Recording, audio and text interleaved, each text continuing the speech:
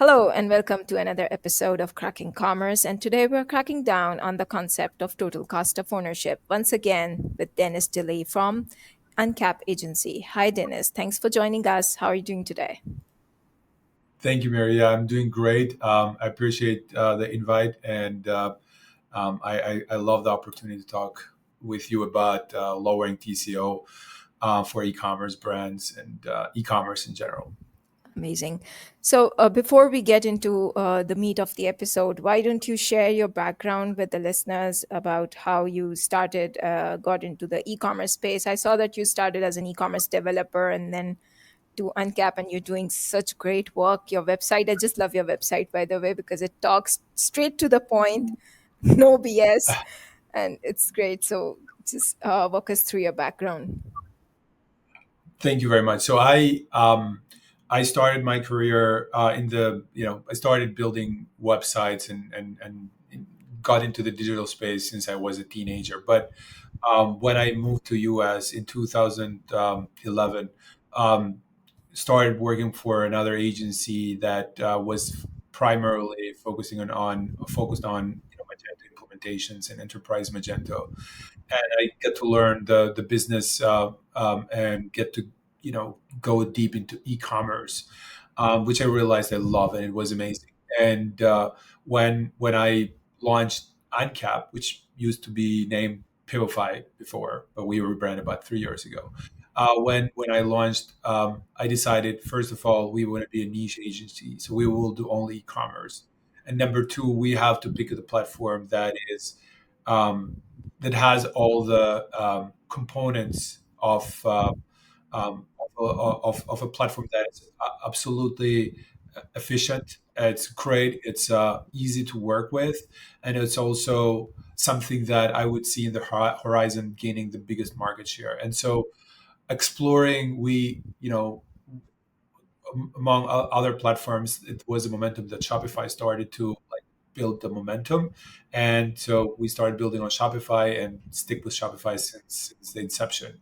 And we have been always a very not a very specialized agency within the Shopify ecosystem. But last 2 or 3 years, we have completely pivoted toward B2B and hybrid B2B B2C implementation.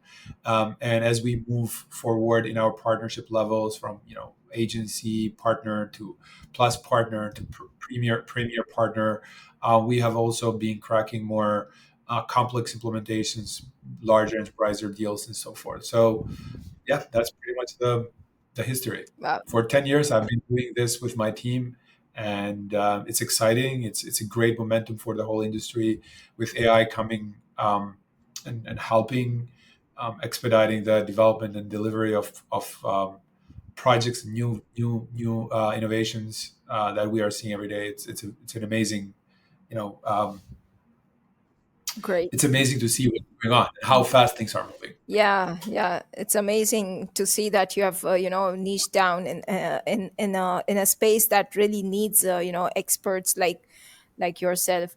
So B2B is one area that is growing. There's demand for B2B, and merchants don't look at Shopify as a solution. So and having experts like you can build complex builds on Shopify, so that can really help merchants build, manufacturers and distributors build low TCO solutions.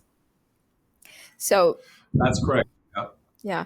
So to start with the going into the main topic, why don't we start with the basics of TCO, like what you mean by it, and how do you calculate a TCO for a brand? If a brand comes to you, how would you advise them to calculate their TCO? Yeah, absolutely. So first of all, the total cost of ownership is, you know, there are three segments that I look at calculating the total cost of ownership. So first of all, what is the cost of implementations of the technologies that we are bringing in the mix and we are architecting for the client?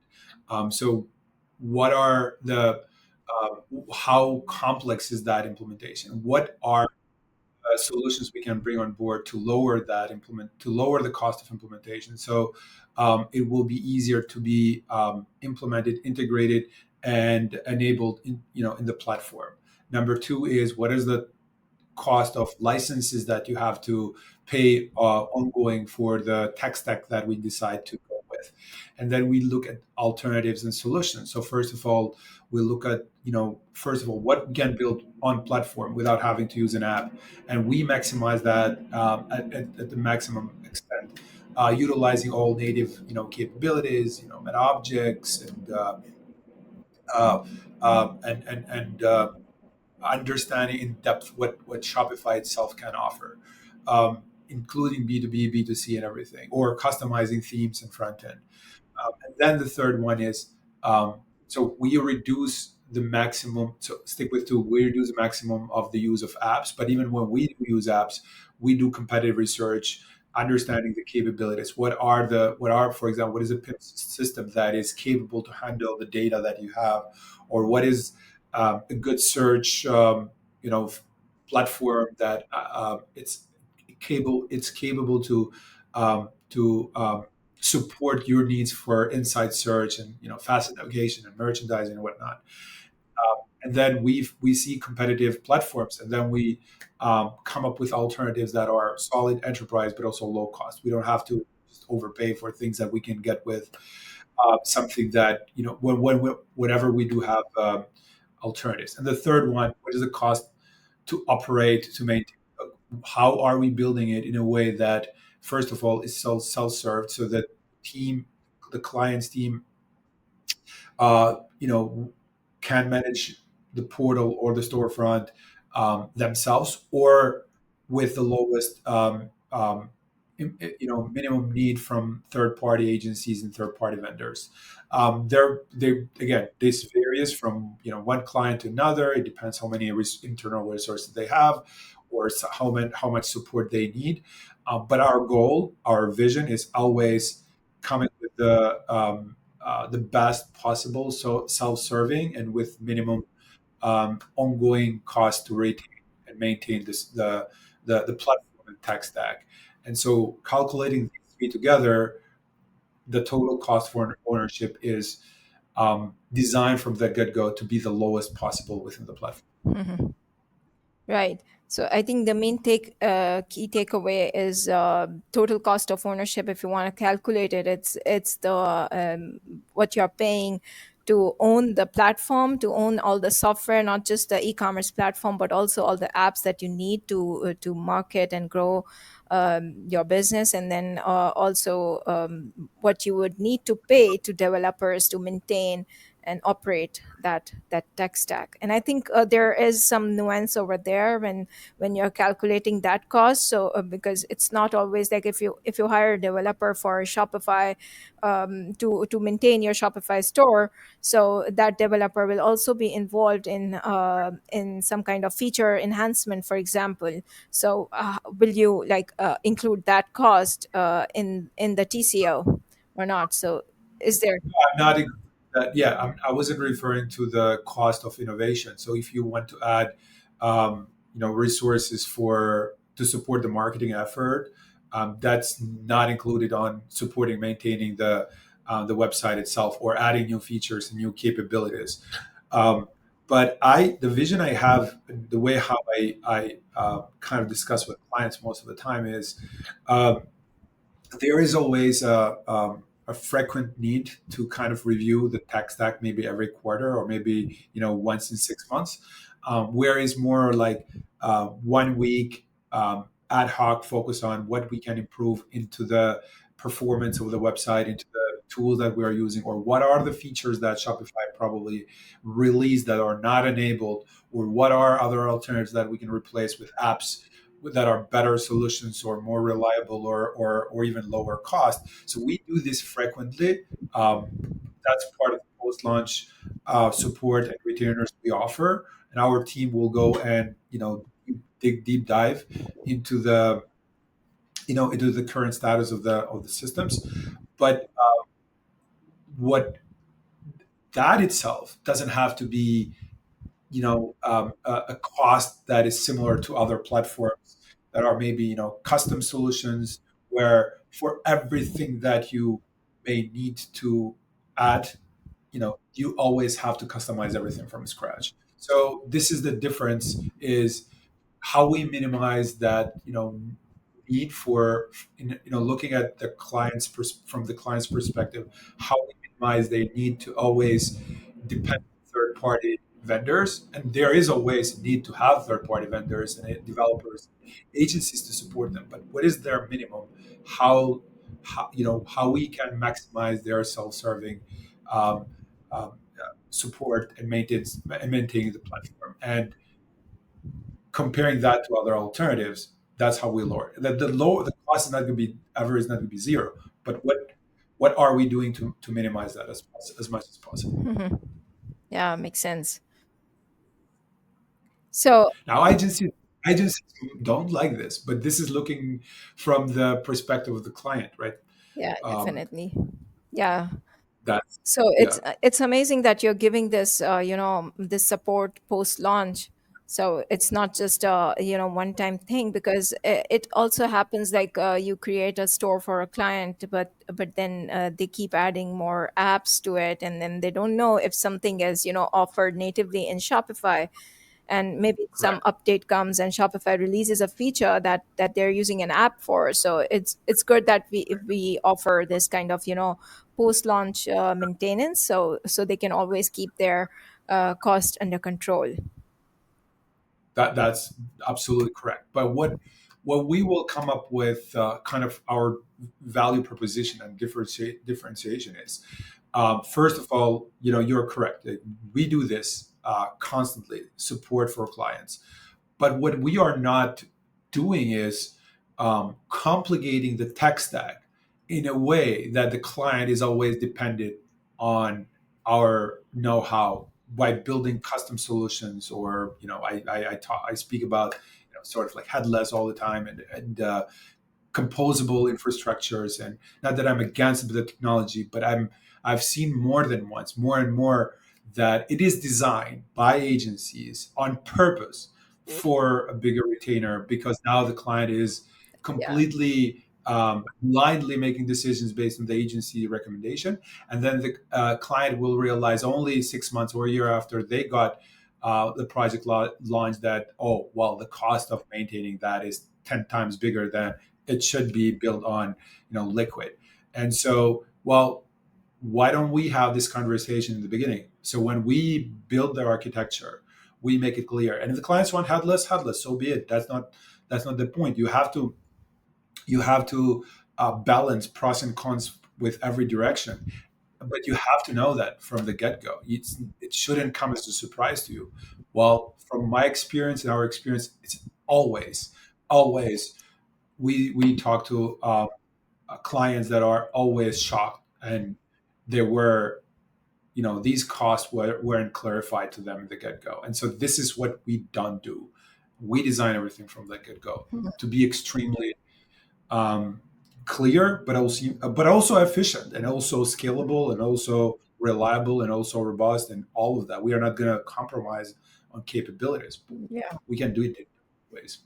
Yeah, that's so important today with everything that's going on right now in e-commerce, with tariffs that manufacturers are facing a hard time today, and they are forced to take a hard look at their margins. So this has become such a timely topic, and having someone who talks about lower TCO implementations, but still and the ones that don't make themselves independent, the merchants independent on agencies, is super important. So so when you talked about headless, I've seen so many conversations happening on LinkedIn, and from I don't know, the first time we started creating content around it was, I think, in 2022 or 2023, somewhere around that time.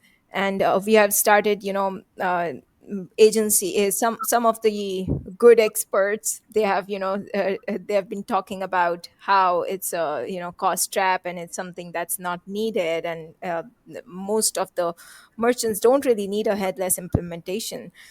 So can you like double down on that, and do you think there are certain use cases where you would advise a merchant to go for a headless implementation, and when is that kind of a necessity? Listen, like headless composable, this is like a fascinating technology.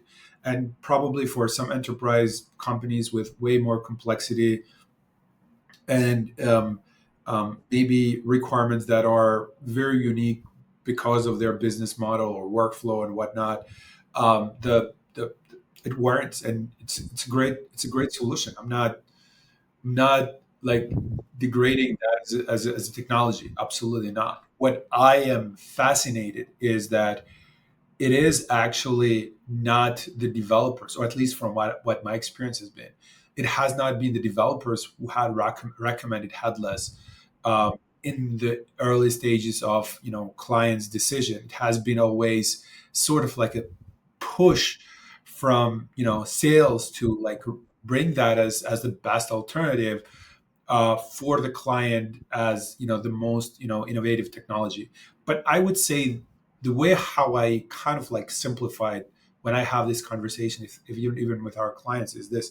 So if you come to me and you tell me that, hey, I have a restaurant and I'm starting a delivery fleet and I need to buy 5 cars, or I will tell you, buy a Toyota Corolla because it will do everything.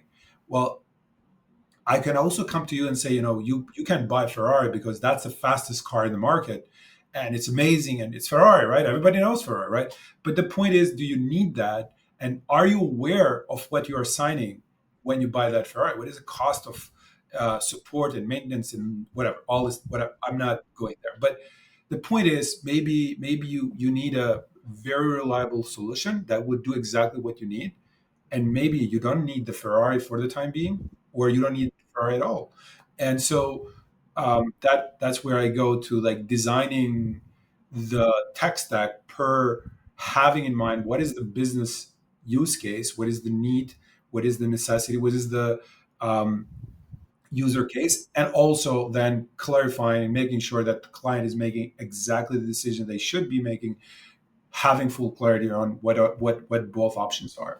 So um, my point of view is there are cases where headless would be extremely maybe powerful and also needed, but I see more and more cases that we have converted from, even in Shopify themselves. So we have converted websites from headless with literally like dozens of products, nothing in their website that would warrant anything. Literally, probably, a basic theme would, not even a custom theme, would mimic exactly what they currently have been selling in their storefront. And the perception that with because this is where everything started. It's with Google Web Vital. Yeah. With headless, you will have Web Vitals, and you see these websites, and they are ranking even worse than Shopify, native themes. And so it's not that probably you will have a headless, and it's ranking 99% on Web Vitals for accessibility and mobile. It's not that case. Um, so there are cases maybe with very, very complex user interface with like huge catalogs, maybe some, um, product customizations, functionalities that are not like simplistically enabled with just Shopify apps. Yeah. Where I see that it must warrant a headless solution, but that's just a very small Yep. segment in big schema. Yeah. Same, like I'll share a story where so I come from a sales background, so I'm running campaigns here. So I approached our engineering manager who looks after the Shopify practice, and I said to him, hey, let's run a campaign to sell Shopify hydrogen headless implementations. And he was like, no, nobody, like, why would you sell headless on Shopify? Because everything can be done with the Shopify liquid, and you don't really need a headless for anything. So we just couldn't come up with a single use case where I could, sell the benefits of headless, like nothing, not even performance optimization. And you're right that it's a concept that headless will make your stores fast, but that also depends on the correct implementation of headless. And if it's done wrong, then it's all the opposite. It all goes just the opposite effect. Yeah, and to add into that, I would also argue that there are also alternatives to improve the performance and the speed and the website itself, user experience, even with Liquid. We clean up a lot of Yes. apps, optimize the theme and everything. Maybe while we are implementing, we have apps enabled. Again, maybe it's not going to be 99%, but there is room and um, there are ways to improve the Liquid theme development stores as well. So I don't see that um, would be a challenge a lot of times, and especially when you go to B2B, for example, manufacturers that we are working with, most cases they have a private portal where Web Vital is not even important at all. Like the speed is important, but the Web Vital is not important at all because they are Yep. not SEO driven businesses, portals. So why would you build a portal on SEO? Oh, sorry, on headless, because SEO is not critical there, Hmm. and everything can be done on with Liquid. So I see, yeah, I don't even see the need there at Yeah. all. Again, maybe our user cases or like Super nuanced. Yeah. CPE, whatever. I'm not enterprise, very very complicated, huge stores, probably with millions of SKUs and very very complex libraries. I'm not saying never, but I'm saying that's a very very small segment Hmm. from my experience. What I've seen that warrants a headless solution. Yeah, maybe in some super niche industries, like we have had a big client in the life sciences industry.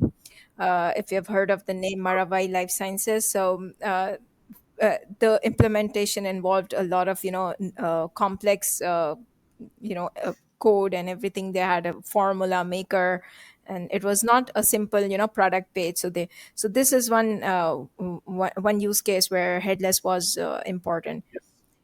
And then there was. And that's exactly the case you're referring to. And I've seen these cases, and it does make sense. And I would agree 100%. Yeah, and then there was another one where we implemented headless for BigCommerce, because the client didn't want to use the native BigCommerce interface for the content management. So they wanted to use WordPress for that because they were already very familiar with WordPress. Their team was familiar with WordPress, Elementor especially. So they wanted to use what they were already using, and they wanted to use the BigCommerce backend. So that was one use case where we had to implement BigCommerce and WordPress in a headless setup.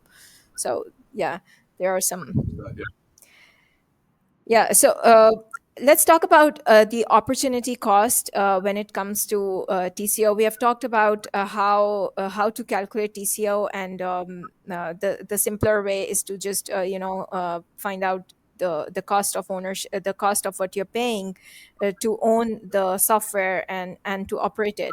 But I think and I believe where there is super nuanced is in the opportunity cost. And that's where everything, all the decisions that you make, whether you move to another platform, you consolidate a software, it's all based on Yeah. that cost. So what would be your thoughts about it, and how would you calculate that? Yeah, I mean, I we are biased with Shopify because we only work build on Shopify, but I would say 70% of our business has always year to year has been like replatforming and migrations from every platform. We have probably touched every e-commerce platform that exists in one way or another. Primarily replatforming from Magento, WooCommerce, and open source in general. I mean, we're working with Pre-commerce. e-commerce migrations recently, and um, but every other platform that in the market that probably have we have done a migration, especially for businesses that are running on Magento and maybe complex WordPress build. What we notice is that the cost of ownership may sometimes be a bit higher in terms of the cost of software, especially if they go with Shopify Plus, because the Shopify Plus has a fixed license, and the apps maybe could increase from the whatever they are paying for the hosting because it's an open source, but the cost of maintenance and the cost of support decreases dramatically every single time, because most of the clients that are in the small segment up to, I would say, $2 million, they end up not using support at all, or they can hire freelancers that would help them maintain, some updates here and there. But because it's so easy, so simplistic platform, they end up running the whole e-commerce themselves. And the businesses that are big or growing and require resources, the cost of maintenance and support is again one third, and sometimes a quarter of what they've been paying on uh, enterprise platforms that are open source. At least that's our experience. I'm not saying that it's always the case. I cannot generalize the case, but that's what at least we aim as an agency, is that when we are replatforming, the first thing that we are going to do is how are we going to justify this investment financially? So if we can, literally um, make them see that they are actually, by reducing these costs that are paying up for our work, it is not an experiment that I personally so find it so fascinating. I look at that like, how are we going to challenge everything in a way that the company will save money, so then our work will be justified.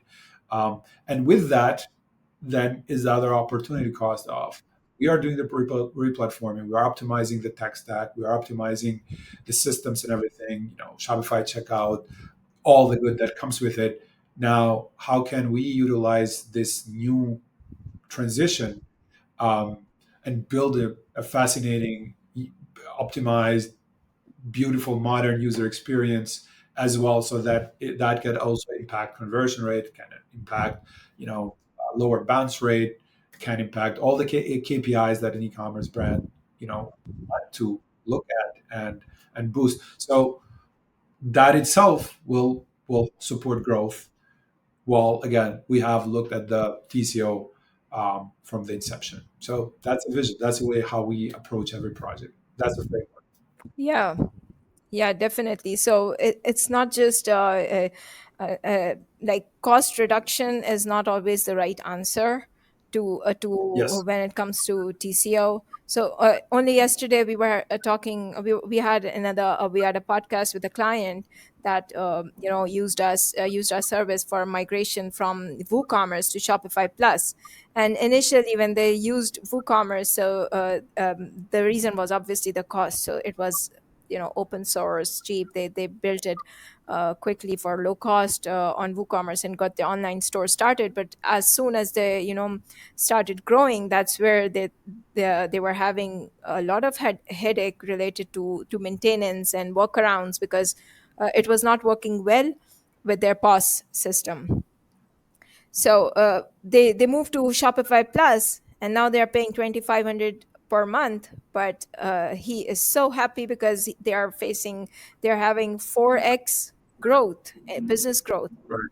Yeah. So even if they've invested in the TCO, but it's actually the opportunity cost. Again, it comes to that opportunity that they were missing out on. So now they're able to focus more on what matters instead of admin,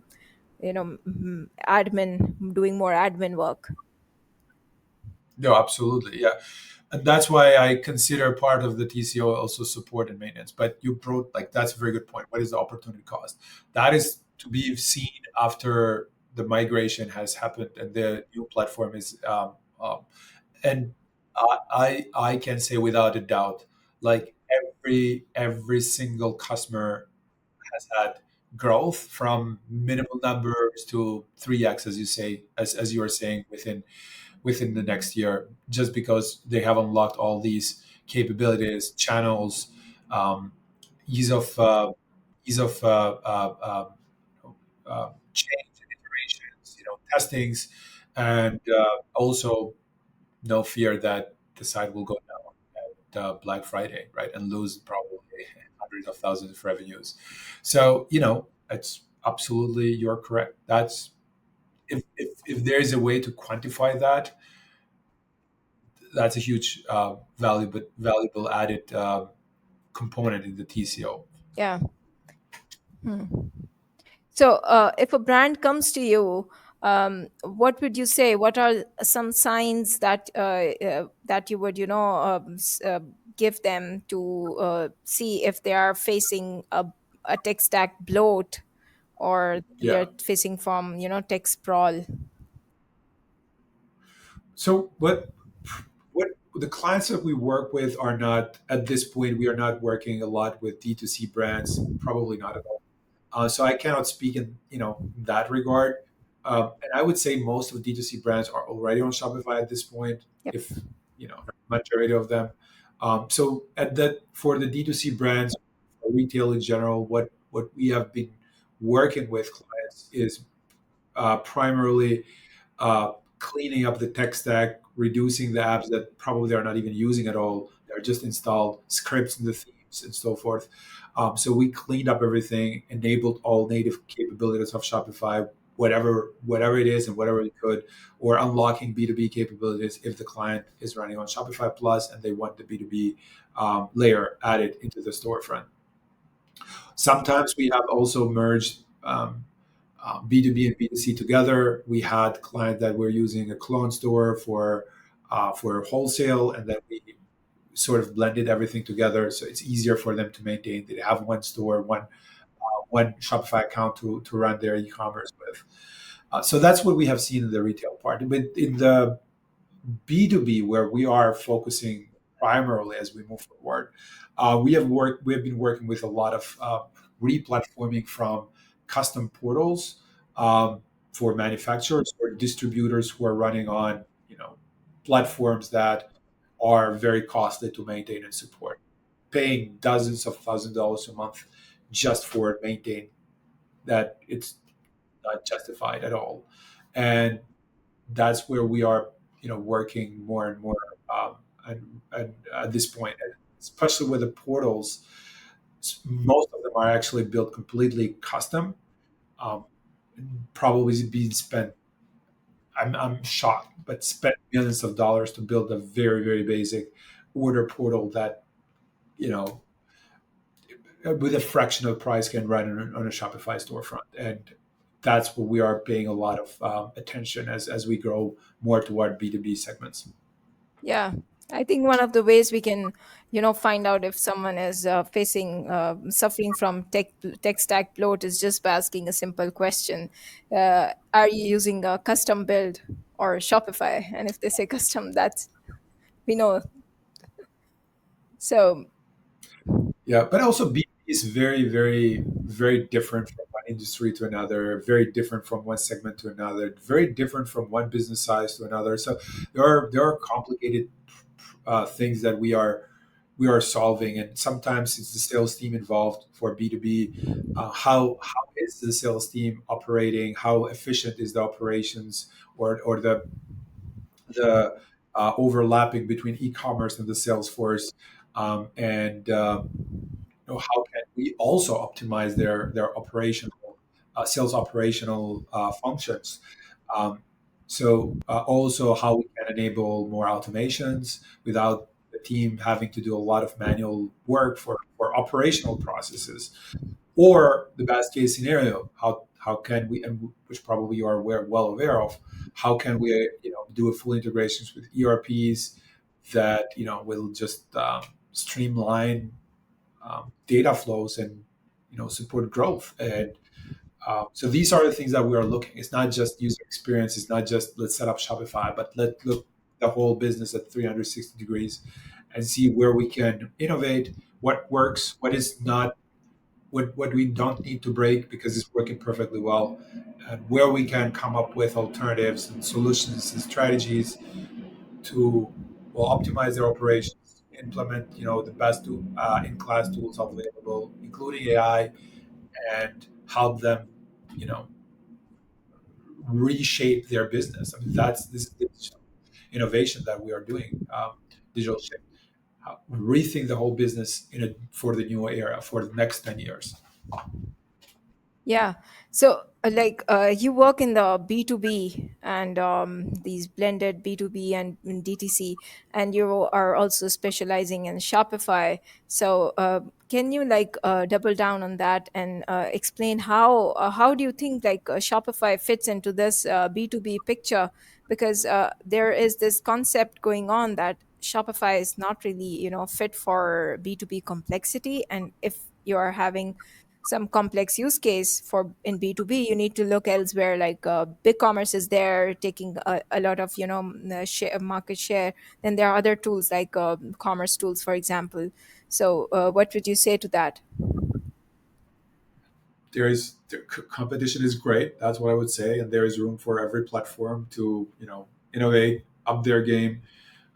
There is absolutely use cases where, other platforms are better fit, and like, there is not a perfect platform that it's one size fit all. Like, that's obvious. It will never be, ever, in my opinion. I mean, I'm not saying never. With AI, anything will become possible at some point, but um, what I have been seeing working with Shopify closely, and focusing with Shopify B2B teams, is that there are there are segments of businesses where Shopify is a perfect fit. We have sent we have done a lot of, I would say, in Q1 we have done over 20 blueprints, how they call them, where we do the whole scoping and strategy and implementation and architecture, and everything.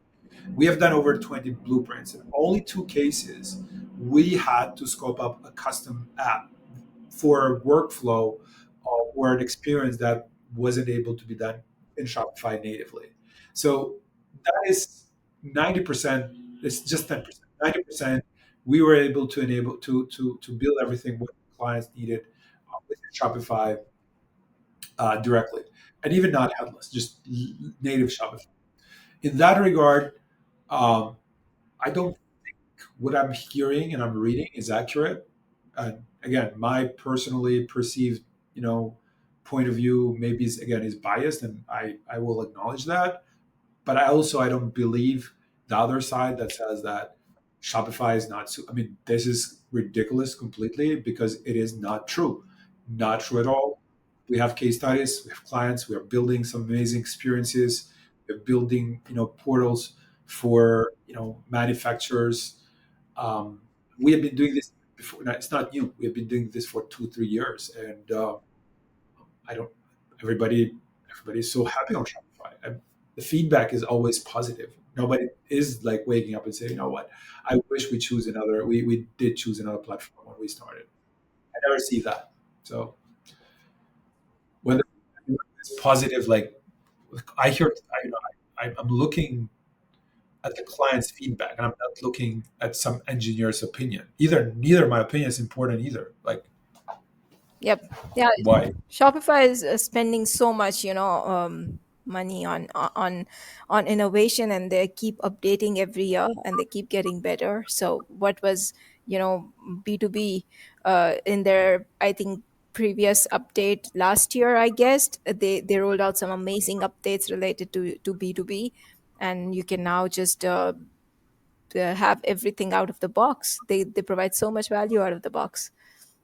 Yeah. So you And there are things that are needed to be built out of the box. yeah. Maybe better account informations, maybe better payment terms, type of functions, and maybe, more advanced shipping rates, or some sort of integrations with other, B2B LTL couriers. Although there are alternatives as well, apps that we can integrate and whatnot. But there are some things that Shopify, I know for a fact, is working, and they will be releasing capabilities But then again, that doesn't mean that it's not ready, or it doesn't mean that it is not suitable. Yep. Like, there are things we wish we will have, and I know for a fact that will come. But that's a process of innovation. And Yeah. the point is, do you want to be with a platform that maybe doesn't have everything, but you know for a fact because they have a track record of being the most even innovative company that probably will have that ready when you go live after 3 months or 6 months? Um, or you want to stuck with a company or a platform that is always one step behind, that may have that feature that is so shiny, and you want to compromise your future. I would choose the innovative one personally, but again, Yeah. everybody has making some decisions, right? Yep, and they're they have made it also very customizable and flexible. So and very developer friendly. So for developers, there are courses you can go through the documentation. They're stuck. They easily find the answers, and so it's just very developer friendly. So even if something is not out of the box, you don't get out of the Right. box, you can easily build something on it. So that's also one of the reasons why it's good for B2B complexity. So you were saying that for certain industries, for certain segments of business, it just works. Shopify is a great fit. I'm curious to know what are your thoughts on that, on those segments, what those segments are. It's diverse. Okay. It's not necessarily the industry. It's, I would say, you know, I would say primarily at what stage the business is going through the digital transformation. Is it, are they just starting? Are they very mature? And if they are very mature, what is the complexity of their current tech stack? Because we have very mature e-commerce businesses, even enterprise that I was referring to, that we are looking at their portal, and maybe it's very, very, it's custom, and it covers everything with, exactly the case study you were referring to, where they have a lab that produces, calculate, does some calculation and whatnot, and then the final stage is the checkout. And we are seeing a lot. But when we do a deep dive on the requirements, we understand and we look at the possibility of blending that Shopify experience within it, and we realize that it's not as complicated as it appears to be, because you can build these integrations with APIs, and then you can have that journey move from the custom solution that they have already, without having to break that, to the shopping cart through Shopify, through Shopify checkout APIs and so forth. So maybe we don't need to, like, rebuild everything. We do partial rebuild, and they love it because they don't have to throw um, everything what they've built. Let's rebuild everything headless just because we can't build it like, thinking proactively from day one. um, what is the best approach, what works for them, what is something they don't want to break that is working, and let's add the layers that they want to innovate, how we can bring Shopify there.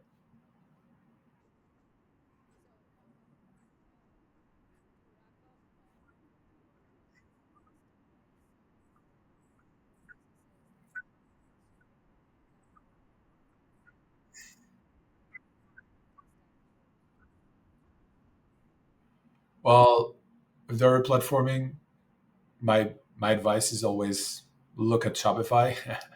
That's the best way. That's the best place to be and to go. Again, I fully am aware that I'm very biased, but I have reasons and I have experiences to share. So number one, number two, I would say be very mindful of recommendations thrown at you in terms of tech stack, because not always that's the best, but sometimes it's just the easiest for the agency to implement. May not necessarily be in your own benefit. So do your own research, make sure that you are checking all the boxes. And the third, I would say, is always challenge the agency that you are implementing to bring you all alternatives.